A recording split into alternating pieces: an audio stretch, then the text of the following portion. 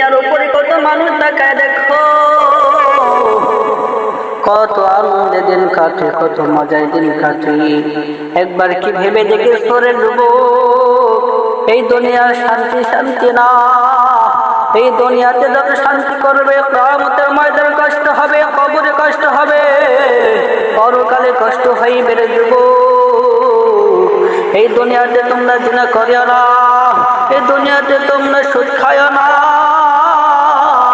এই দুনিয়াতে তোমরা ঘুষ খাইও না। কেননা ওই কবর তোমার নিতে চাইবে না। ওই কবরের মধ্যে হবে এমন বড় সাপ, সাপ, এই সাপগুলো একের পরে কামড়ায়া থাকবে, গায়ের গোশগুলো টেনে ছিঁড়ে হিসতে ফেলাইবে, এমন বড় আযাব হইবে। এই দুনিয়ার মায়া মহব্বত ছাইরা দাও, এক আল্লাহর প্রতি মহব্বত হও, এক আল্লাহরে রাখো, এক আল্লাহ ছাড়া এই দুনিয়াতে পরকালে কেউ থাকবে না।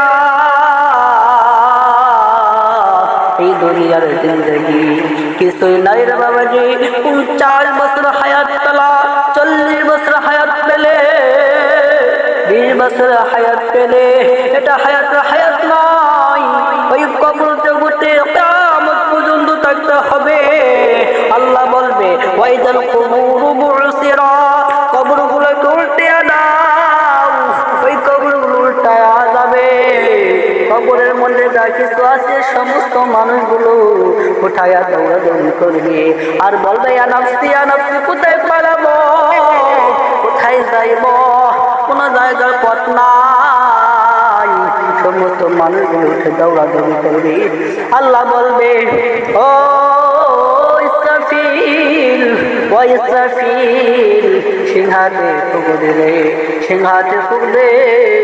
সিংহায় যখন ফুঁক দেবে সমস্ত দুনিয়াটা থর থর থর থর করে কাঁপবে। দুনিয়ার সব কিছু উলটপালট হয়ে যাবে।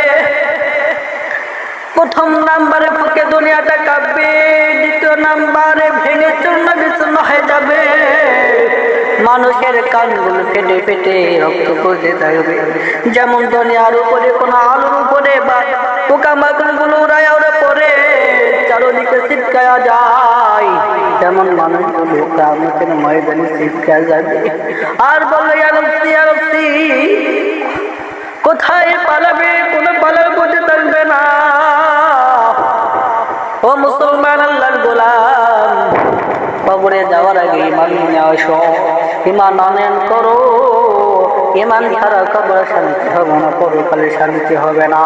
ইসরাফিলকে যখন বলা হবে ইসরাফিল সময় নাই রে, সময় নাই, সিংহাতে যখন ফুঁক দিবে, এক চিৎকার দিবে, সমস্ত দুনিয়াটা থরথর করে কাঁপবে।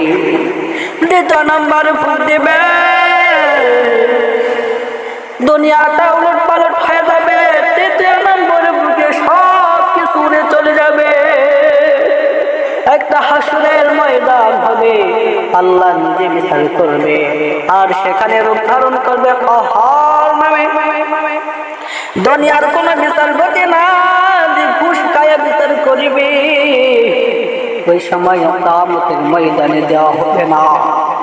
মানুষের ছটফট করবে, দৌড়াদৌড়ি করবে, কেবলকে বাঁচাও বলবে, কোন উপায় থাকবে না, মানুষের উপায় হারা হয়ে যাবে।